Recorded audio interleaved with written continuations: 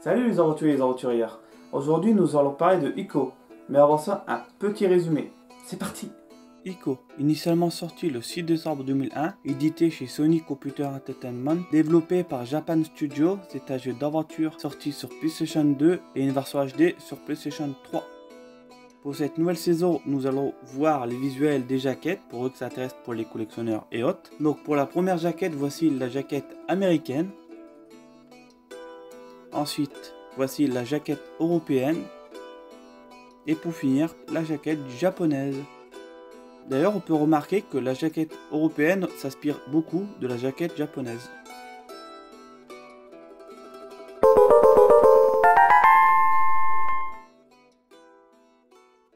Le jeu commence sur un groupe de personnes qui transportent un garçon dans un mystérieux endroit. Une fois arrivé, l'un d'entre eux récupère une épée qui permet d'ouvrir le passage. Plus loin se trouve un mystérieux endroit rempli de conteneurs. Ce garçon se nomme Ico et se fait enfermer sous prétexte et pour le bien du village. On arrive tant bien que mal à sortir. Après une mystérieuse vision, on se réveille et on explore. On finit par faire la rencontre de Yorda qui se fait interpeller par des créatures étranges. Une fois battue, cette fille nous accompagne, mais malheureusement elle parle une langue différente. On décide de l'aider pour s'enfuir. On explore de multiples environnements pour tenter de fuir cet endroit gigantesque.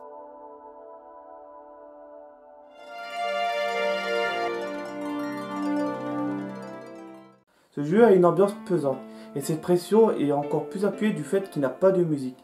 Seules les cinématiques en contiennent et pas tous. Précédemment, je parlais de musique. Comme je l'ai dit plus tôt, leur absence procure le jeu une ambiance. Mais il a quand même quelques musiques. Je retiendrai surtout la musique de l'introduction.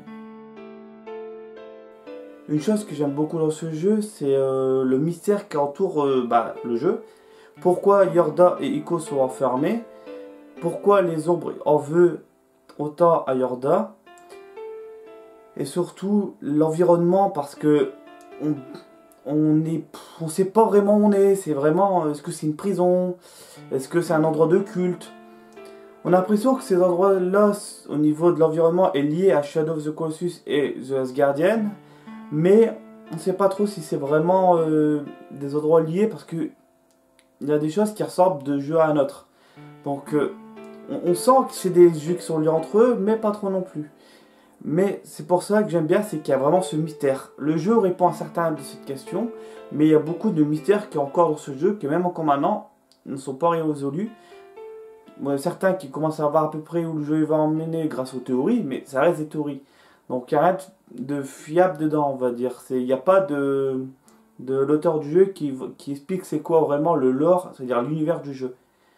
Et du coup, c'est une chose que j'aime bien, c'est que ce côté un peu mystérieux, c'est-à-dire on ne sait même pas tout du jeu à la fin du jeu. Donc je mets quand même un point petit pour ça. La relation entre les deux personnages est touchante. On sent que Ico veut vraiment protéger Yorda. Et quand on se retrouve seul, c'est à ce moment-là que la solitude du jeu se fait sentir. Et quand elle se fait enlever, on veut tout de suite la sauver.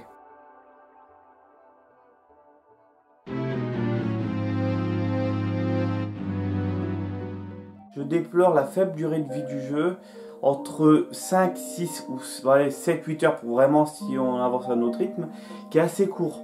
On comprend pourquoi, parce que c'est pas un jeu qui a eu un grand temps de développement, c'était quand même...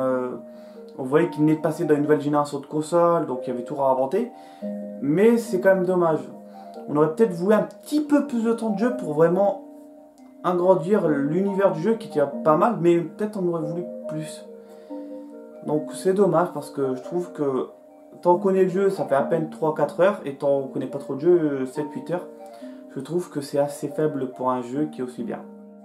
Le personnage, quand il saute, il a plus tendance à sauter à côté. Donc tant t'es à côté à pas sauvegarde, c'est pas grave. Mais tant t'as traversé une longue zone, que t'as bien galéré avec les monstres, les sauts et tout, t'arrives pas loin du point de sauvegarde et que tu tombes et tu dois tout te refaire, à ce moment-là, ça devient vraiment rageant. Donc c'est un point négatif à pas négliger.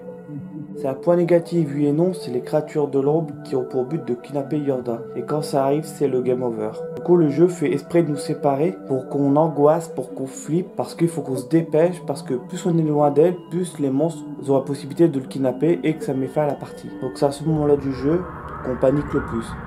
Beaucoup de gens diront que ça fait partie du jeu, mais moi je n'accroche pas du tout. Autant à des moments la caméra elle a des super idées d'angle et tout, ça suit bien le personnage, il y a une vraie perfection de la caméra. Mais autant la caméra elle est complètement aux fraises, et là, quand on doit faire des sauts, c'est problématique. Quand il y a des énigmes, on comprend peut-être pas forcément où aller parce qu'il faut explorer avec la caméra, et la caméra elle a tendance à faire qu'à sa tête. Donc la caméra, c'est très mitigé. Autant à des moments, elle a des moments de génie, autant à des moments, la caméra, elle fait qu'à sa tête. Donc je le mets quand même en point négatif, parce que ça arrive plus souvent.